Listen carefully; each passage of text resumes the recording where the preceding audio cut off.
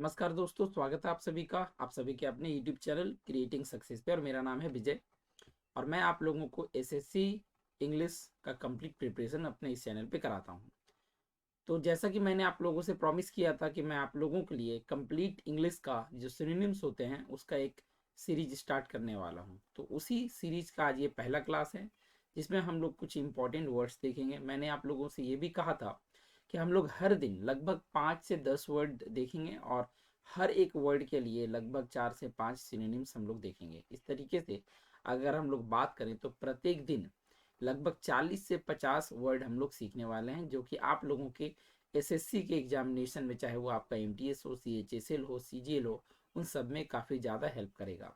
आप लोगों को पता होगा कि इंग्लिश के वेटेज को काफ़ी ज़्यादा बढ़ा दिया गया है, इंपॉर्टेंस दिया गया है एसएससी के एग्ज़ाम में, क्योंकि पहले मैथमेटिक्स को काफ़ी कम कर दिया गया है। वहीं अगर हम लोग मेंस में देखें, चाहे वो सीएचएसएल हो या सीजीएल हो, इंग्लिश को बढ़ा दिया गया है। जहां आप लोगों का सीजीएल में 45 क्वेश्चन इंग्लिश के पूछे जाएंगे, वहीं सीएचएसएल में 40 क्वेश्चन आपके इंग्लिश के सिर्फ होंगे। और एमटीएस में तो मैथमेटिक्स और रीजनिंग का कोई रोल ही नहीं रहा। आप लोगों को पता होगा कि जो आप लोगों का एमटीएस का जो एग्ज़ाम है, सॉरी एमटीएस, हाँ एमटीएस का, तो एमटीएस का जो एग्ज़ाम है इसमें आप लोगों को इंग्लिश और जीके यही आप लोगों को जो है मतलब सिलेक्शन दिलवाएगा, क्योंकि इन्हीं 2 मार्क्स के आधार पे आप लोगों का मेरिट जो है वो डिसाइड किया जाएगा। तो ये आप लोगों को अच्छी तरीके से पता चल गया होगा कि आज के समय में इंग्लिश का कितना इंपॉर्टेंस बन चुका है। ठीक है, तो चलिए हम लोग स्टार्ट करते हैं अपने आज के इस क्लास को। इससे पहले आप लोगों से एक छोटा सा रिक्वेस्ट है कि अगर आप लोगों ने अभी तक मेरे इस चैनल को सब्सक्राइब नहीं किया है तो सब्सक्राइब कर ले मेरे इस चैनल को, और बेल आइकन को भी प्रेस कर दीजिएगा ताकि आपको सारे मेरे लेटेस्ट वीडियोस की नोटिफिकेशन मिल जाए। बाकी हम लोग स्टार्ट करेंगे आज के क्लास को। तो सबसे पहले मैंने यहाँ पे लिख रखा है, आप लोग देख पा रहे होंगे, कंप्लीट इंग्लिश वोकेबलरी, है ना। तो सबसे पहले अभी हम लोग आज सिनोनिम शुरू करने वाले हैं अपने वोकेबलरी सेक्शन का। इसके बाद मैं आप लोगों को वन वर्ड सब्स्टिट्यूशंस और जो इडियम्स एंड फ्रेजेस उसके भी मोस्ट रिपीटेड क्वेश्चंस कराऊंगा, जो कि सबसे ज़्यादा एसएससी के एग्जाम में रिपीट हुए हैं। उन सब क्वेश्चंस को भी मैं आप लोगों को बहुत ही जल्द कराने वाला हूँ। ठीक है, तो आज हम लोगों का सिनोनिम का ये पहला क्लास है और ये लगभग हर दिन चलेगा। ठीक है, जब तक कि कोई इमरजेंसी काम ना पड़ जाए तब तक मैं क्लास को स्किप नहीं करूँगा, है ना। अदरवाइज अगर कोई ज़रूरी काम पड़ जाए तो मे भी एक आध दिन एबसेंट हो सकता है, बट फिर भी मैं वो जो है ना, वो हो सकता है कि अगर सुबह मैं अपलोड ना कर पाऊँ वीडियो तो दोपहर या रात तक ज़रूर कर दूंगा। ठीक है, तो चलिए शुरू करते हैं हम लोग आज की क्लास को। बाकी बस चैनल को सब्सक्राइब जरूर कर लेना है। ठीक है, तो पहला सेंटेंस हम लोग आज का देख, पहला वर्ड, नॉट सेंटेंस, सॉरी, पहला हम लोग आज का वर्ड देख लेते हैं क्या है। तो पहले मैं इसे थोड़ा सा, हाँ, छोटा कर लेता हूँ, है ना। तो आप लोगों का जो पहला वर्ड है आज का क्लास का वो ये है, हैफजेड, है ना। हैफजेड आप लोग देख पा रहे होंगे। हैफजेड के लिए मैंने यहाँ पे 3 और 3 6 वर्ड्स आप लोगों को बताया है ना, कि हैफजेड का क्या क्या सिनोनिम हो सकता है। हैफजेड का मतलब क्या होता है आपको पहले ये समझना है। मैं यहाँ थोड़ा पेन के कलर को चेंज कर लूँ। हैफजेड का मतलब क्या होता है? हैफजेड का मतलब होता है कोई भी काम, है ना, जो कि जल्दी जल्दी में करा जाए। जब जल्दी जल्दी में करते हैं तो वो अच्छी तरीके से नहीं हो पाता है। मतलब हम लोग कह सकते हैं क्या, एकदम ये कोई तरकीब ना हो, बेतरकीब कह सकते हैं। क्या कह सकते हैं हम लोग? बेतरकीब। ठीक है, बेतरकीब। ऐसे में थोड़ा सा हिंदी मेरा थोड़ा वीक है, फिर भी आप लोग समझ जाए, है ना। बेतरकीब, या फिर कह सकते हैं क्या, बेढंग। बेढंग, बेढंग मतलब कोई उसमें ढंग ना हो, कोई तरीका ना हो, है ना, किसी तरीके से अच्छी तरीके से नहीं किया जा रहा हो, बल्कि हैफजेड उसे हम लोग कहेंगे। जैसे रैंडम, रैंडम का मतलब क्या होता है? कोई और मतलब जैसे तैसे कर देना, या फिर अनप्लान्ड, कोई प्लानिंग ही नहीं हो, है ना। ये सब आपके सिनोनिम्स हैं हैफजेड के लिए। रैंडम या फिर अनप्लान्ड, अनसिस्टमेटिक, है ना, कोई सिस्टमेटिक वे में नहीं काम किया जा रहा, सिस्टम ही नहीं है। डिसऑर्गेनाइज्ड, ठीक है, एक होता है ना कि आयोजित तरीके से, तो ऑर्गेनाइज्ड होता है। बट यहाँ पर मैंने क्या कहा कि हैफजेड का मतलब ये होता है कि कोई तरीका नहीं है, बेढंग तरीके से कर रहा है, मतलब कि एक तरीके से ऑर्गेनाइज्ड वे में नहीं हो रहा है। तो क्या कह सकते हैं हम लोग? डिसऑर्गेनाइज्ड, डिसऑर्डरली, कोई ऑर्डर नहीं है। अनमेथोडिकल मतलब कोई मेथड नहीं है करने का। ठीक है, तो ये हैफोजेड वर्ड के लिए जो आपके सिनोनिम्स हो सकते हैं वो हो सकते हैं ये 6 वर्ड मैंने आप लोगों को बताया, random, unplanned, unsystematic, disorganised, disorderly या फिर अनमेथोडिकल। ठीक है, तो ये आप लोगों को अच्छी तरीके से याद रखना है कि हैफोजेड का क्या मीनिंग होता है और इसके क्या सिनोनिम्स हो सकते हैं। ठीक है, अभी आप लोगों का ये सिनोनिम्स सिर्फ सिनोनिम से मैं हेल्प नहीं करेंगे, it will also help you in antonyms and cloze test. आप लोग क्लोज टेस्ट करते हैं ना, तो वहाँ पे भी वर्ड पावर को काफ़ी इंपॉर्टेंस दिया जाता है। अगर आप लोगों का वर्ड पावर स्ट्रांग नहीं होता है तो भी क्लोज टेस्ट नहीं कर पाते हैं, है ना, तो आप लोगों का क्लोज टेस्ट में भी काफ़ी हेल्प करेगा। बाकी बात, आप लोग ये पीडीएफ पाने के लिए मेरे Telegram channel creating success search कर लीजिएगा, मेरे चैनल के नाम पे ही आपको मिल जाएगा क्रिएटिंग सक्सेस। उस चैनल को जा करके भी सब्सक्राइब कर ले, जहाँ पे आप लोगों को जो भी मैं पढ़ाऊंगा उसके पीडीएफ्स या जो भी इंपॉर्टेंट इन्फॉर्मेशन होगा वो वहीं पे प्रोवाइड कर दिया जाएगा। देन उसे भी आप लोगों को जा करके ज्वाइन कर लेना है क्रिएटिंग सक्सेस चैनल को। ठीक है, तो ये आप लोगों का इन्फॉर्मेशन। बाकी बात, मैं जो क्रिएटिंग सक्सेस का जो लिंक है टेलीग्राम चैनल का, वो भी मैं आप लोगों को डिस्क्रिप्शन बॉक्स में जो है लिंक को पिन कर दूंगा, तो आप लोग वहां से भी जा सकते हैं। अदरवाइज आप सर्च कर सकते हैं क्रिएटिंग सक्सेस, आ जाएगा और उसे आप ज्वाइन कर लेंगे। ठीक है, तो ये आप लोगों का हैफोजेड वर्ड के लिए मैंने कुछ सिनोनिम्स बताए। नेक्स्ट हम लोग देखेंगे दूसरा वर्ड क्या है, सेकेंड वर्ड क्या है। सेकेंड वर्ड आप लोगों के सामने ये रहा, फेट, है ना। फेट का क्या मतलब होता है? फेट का मतलब होता है किस्मत, है ना, किस्मत, भाग्य, किस्मत या फिर भाग्य, है ना। हम लोग कहते हैं ना कि जो किस्मत में लिखा है वही होगा, तो फेट, फेट मीन्स भाग्य या फिर किस्मत। मतलब कि आप कह सकते हैं इसके लिए जो सिनोनिम्स हैं, जो इससे मिलते जुलते वर्ड हैं मीनिंग वाले, वो क्या हो जाएंगे? डेस्टिनी, डेस्टिनी, है ना, लक, नेमेसिस, चांस।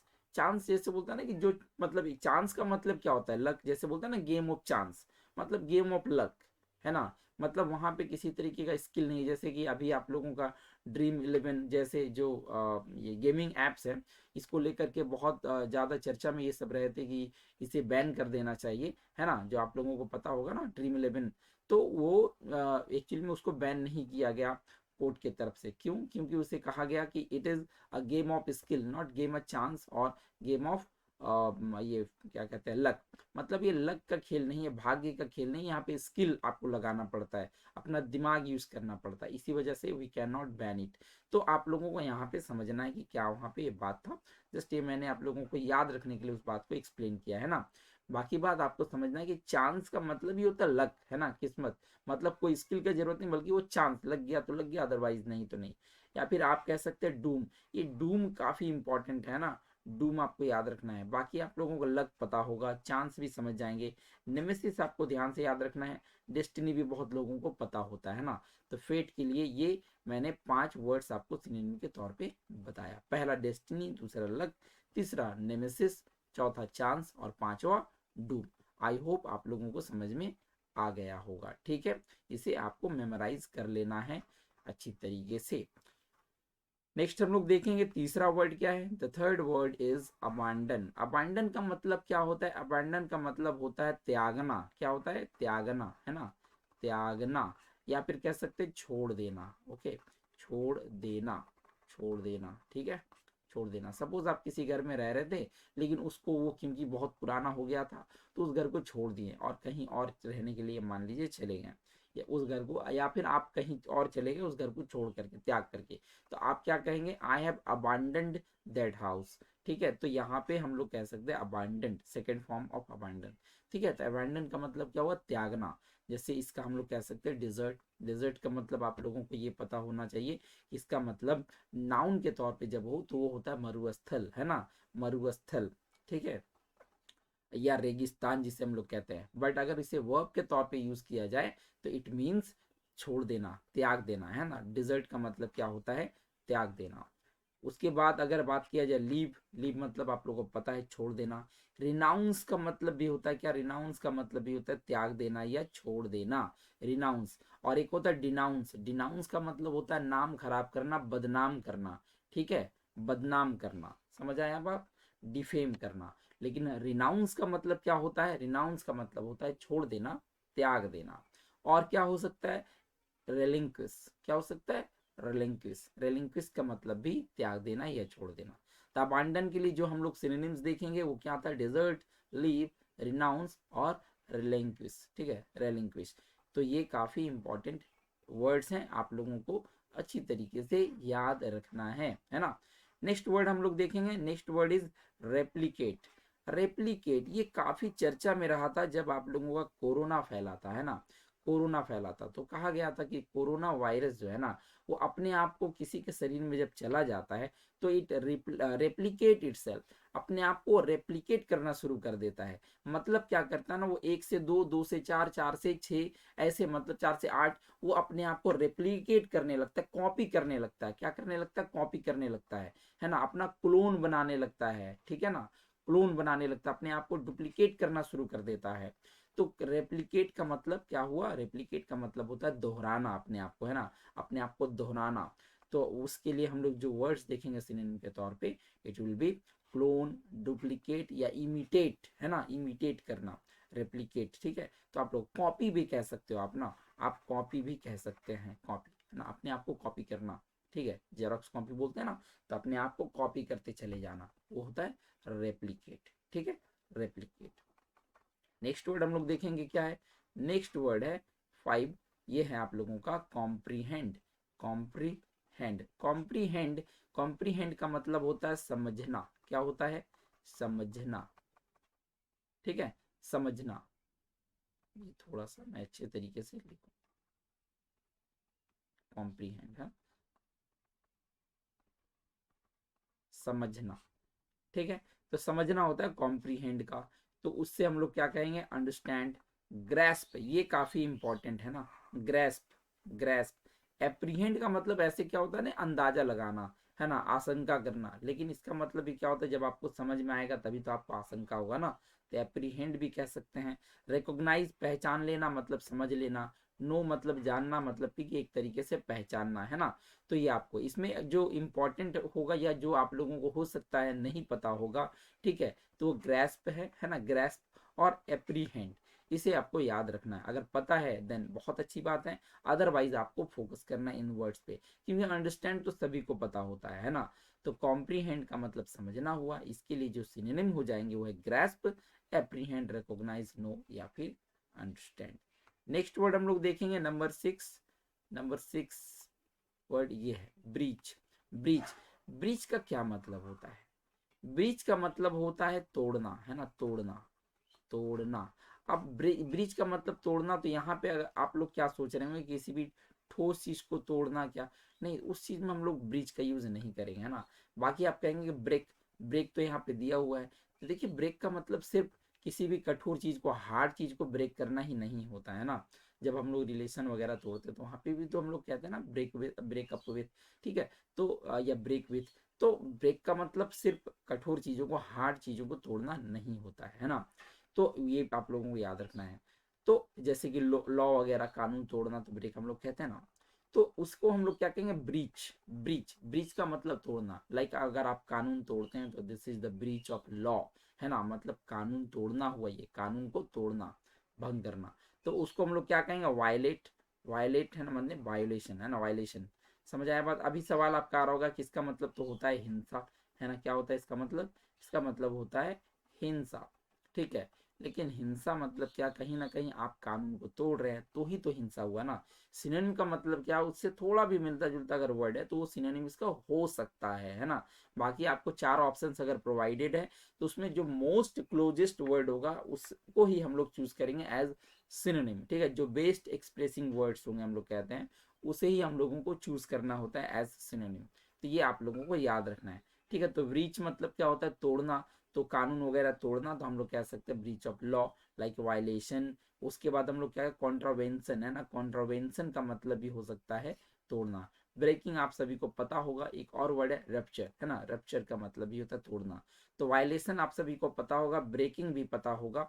तो ये कॉन्ट्रावेंशन और रप्चर, इन दोनों को याद रखना है। और ब्रीच को भी याद रखना है कि ब्रीच मीन्स क्या होता है, ब्रीच मतलब होता है तोड़ना, ओके, तोड़ना या भंग करना। नेक्स्ट वर्ड हम लोग देखेंगे नंबर 7, नंबर 7। आई होप आप लोगों को बहुत कुछ सीखने को मिल रहा होगा, है ना। तो वीडियो को लाइक जरूर कर लेना है और इसे शेयर भी कर सकते हैं अपने दोस्तों में, और चैनल को सब्सक्राइब नहीं किया तो सब्सक्राइब जरूर कर लीजिएगा, ठीक है, क्योंकि आप लोगों को आने वाले दिनों में बहुत ही अच्छी अच्छी चीज़ें पढ़ाई जाएगी इस चैनल पे, ठीक है। नेक्स्ट वर्ड हम लोग देखेंगे 7, फिजिबल। फिजिबल का मतलब क्या होता है? फिजिबल, सपोज कि आप जो है ना एसएससी का प्रिपरेशन करने वाले हैं। क्यों? क्योंकि आपको लगता है कि आप इसका प्रिपरेशन कर सकते हैं, मतलब कि आप यहाँ पे कहेंगे it is feasible for me, है ना। एसएससी फिजिबल है मेरे लायक, मतलब मैं इस तैयारी इसका कर सकता हूँ, है ना। लेकिन यूपीएससी नहीं कर सकूंगा, क्योंकि मेरे जो मतलब संसाधन जो मेरे पास अवेलेबल होना चाहिए, जिस तरीके का मुझे टाइम मिलना चाहिए, वो मेरे पास नहीं हो पाएगा। तो मुझे नहीं लगता कि मैं कर पाऊंगा, है ना। बाकी बात आप कर सकते हैं तो उसे भी आप कहेंगे कि इट इज़ फिजिबल, बट अगर नहीं कर पाएंगे तो कहेंगे कि ये मेरे लिए फिजिबल नहीं है। आई कांट अचीव इट, मैं इसे अचीव नहीं कर सकता हूँ, है ना। आई कांट अचीव इट और I can't get success in it. तो यहाँ पे हम लोग कह सकते हैं कि सक्सेस पाना, अचीव करना, मतलब फिजिबल। फिजिबल का मतलब क्या? समथिंग जो कि हम लोग का करने लायक, which can be done, something मतलब करने लायक, करने लायक, ठीक है। फिजिबल का मतलब कोई भी काम जो करने लायक हो, जो आप कर सकते हैं, पॉसिबल है, उसे हम लोग कहेंगे फिजिबल। तो इसके लिए जो वर्ड्स हो जाएंगे सिनोनिम के तौर पे, वो क्या हो जाएगा? अचीवेबल। अचीवेबल मतलब क्या होगा? जो अचीव करा जा सके। और क्या हो सकता है? जो अटेन कर सकते हैं, अटेन प्राप्त करना, तो अटेनेबल हो गया, प्रैक्टिकल हो गया, अप्रोप्रिएट या फिर सुइटेबल, है ना। ये वर्ड्स आपके हो जाएंगे फिजिबल के लिए सिनोनिम, ठीक है। फिजिबल, पॉसिबल भी आप कह सकते हैं ना, पॉसिबल भी कह सकते हैं सिनोनिम के तौर पे फिजिबल के लिए, ठीक है ना। ये वर्ड काफी इंपॉर्टेंट है, काफी बार यूज किया जाता है ये, लेकिन नहीं पता होने के चलते हम लोग ध्यान नहीं देते। फिजिबल, ठीक है। नेक्स्ट वर्ड हम लोग देखेंगे। नेक्स्ट वर्ड, इसे मैं थोड़ा सा, हाँ ये कर, नेक्स्ट वर्ड नंबर 8, वल्नरेबल, है ना। वल्नरेबल का मतलब क्या होता है? वल्नरेबल का मतलब होता है जो इजीली जो है ना किसी बातों से मतलब ग्रसित हो जाए, या फिर जो इजीली किसी बातों से इफेक्टेड हो जाए, है ना, इफेक्टेड हो जाए।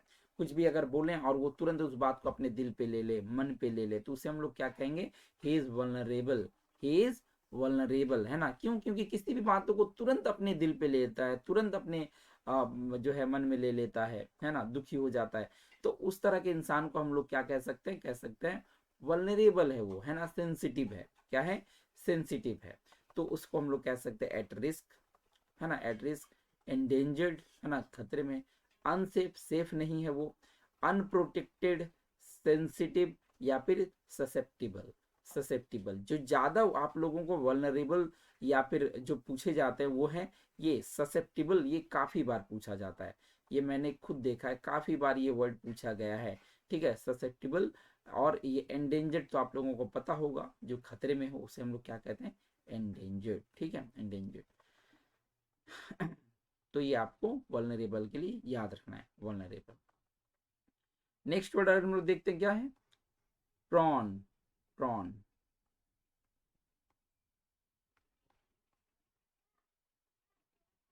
प्रॉन। अच्छा, प्रॉन का मतलब क्या होता है? प्रॉन का मतलब एक तरीके से कह सकते हैं, ये भी सेंसिटिव सेंस में।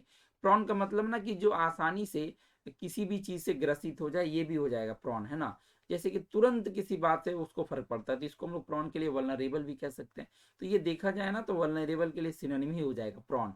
और प्रॉन के साथ हम लोग प्रीपोजिशन टू का यूज करते हैं, याद रखना है, प्रॉन टू, ठीक है, प्रॉन टू। तो वल्नरेबल हो जाएगा लायबल या फिर सेंसिटिव।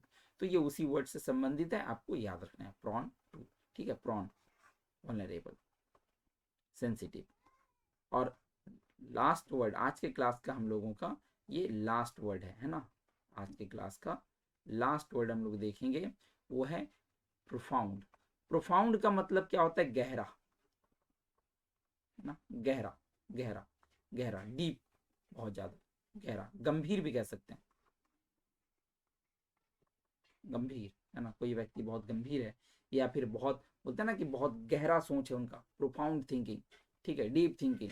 तो डीप कह सकते हैं हम लोग, सीरियस, है ना, गंभीर आदमी है, बोलते हैं ना बहुत गंभीर व्यक्ति है, हाँ, प्रोफाउंड। तो सीरियस हो सकता है, और क्या हो सकता है? वेटी, वेटी, वेट, वजनदार। थोरो, इंटेंस, कीन, एक्सट्रीम। ठीक है, तो प्रोफाउंड के लिए जो आपके सिनोनिम हो सकते हैं वो ये सब शब्द है ना, इतने शब्द हैं। यहाँ पे मैंने आप लोगों को 7 वर्ड्स आपको एज सिनोनिम बताया प्रोफाउंड का। तो ये कुछ वर्ड्स जो कि प्रोफाउंड का सिनोनिम हो गया।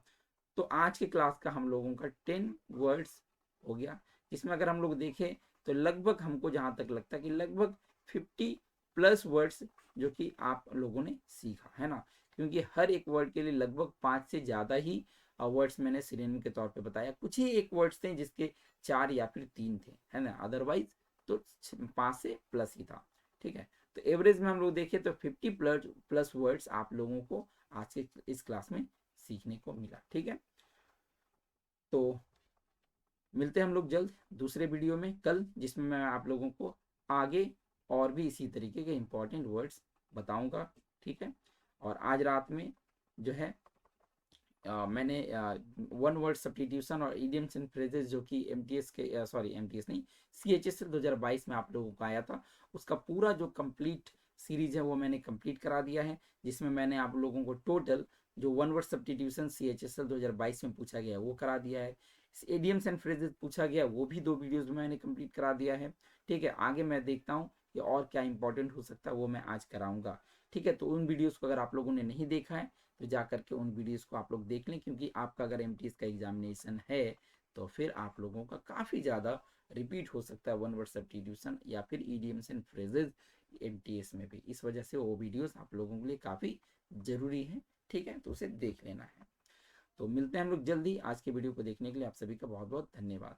Thanks for watching.